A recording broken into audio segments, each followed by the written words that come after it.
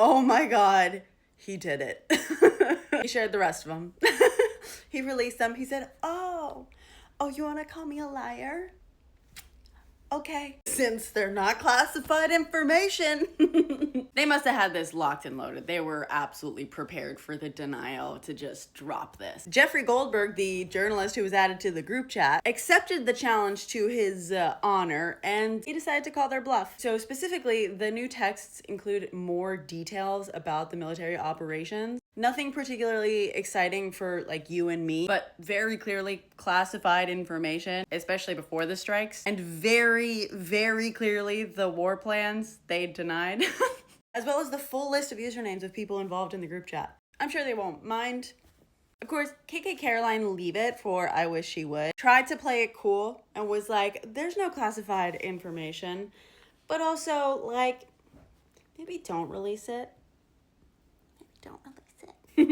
Okay, so here we have the group chat in all its glory. Establishment of the team, establishment of the principles, the procedures, JD's full feelings on the matter. But don't worry, he's willing to keep the concerns to himself. Whoops. How Iz might feel about how well the CIA is prepped. All the debates about messaging, which is definitely the one thing you want the longest messages and debate to be over when talking about airstrikes. Pete was in a real rush, by the way, with his number one risk being that this leaks. Messaging. I guess that's why you put a Fox News guy in the position. Again, with the OPSEC. Discussion of trade figures, European Navy capabilities. Whether you're gonna use the costs of this operation against Europe. Again, with the messaging. And of course, the concerns about Saudi oil facilities. Yada, yada, we've already seen these. Bitch, mo. And then here we go with the actual super classified stuff. The full military operation plans. We sure we want to keep claiming that these details were in no way classified? Would in no way endanger Americans on the ground? Okay, if you're in the military, you should be very, very concerned. Among these, the fact that they were going after a specific target and the timing of his location. Sure hope that doesn't reveal any intelligence avenues, including the fact that they had an active positive ID while this was going down of him going into his girlfriend's building.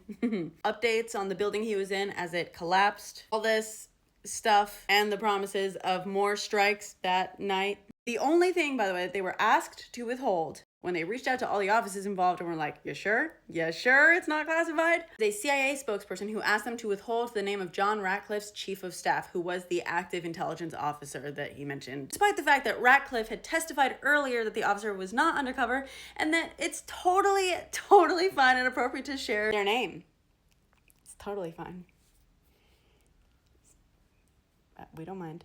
You know, part of me is like in light panic mode because I'm pretty sure that I am currently distributing top secret materials, but I'm not, right? I'm not.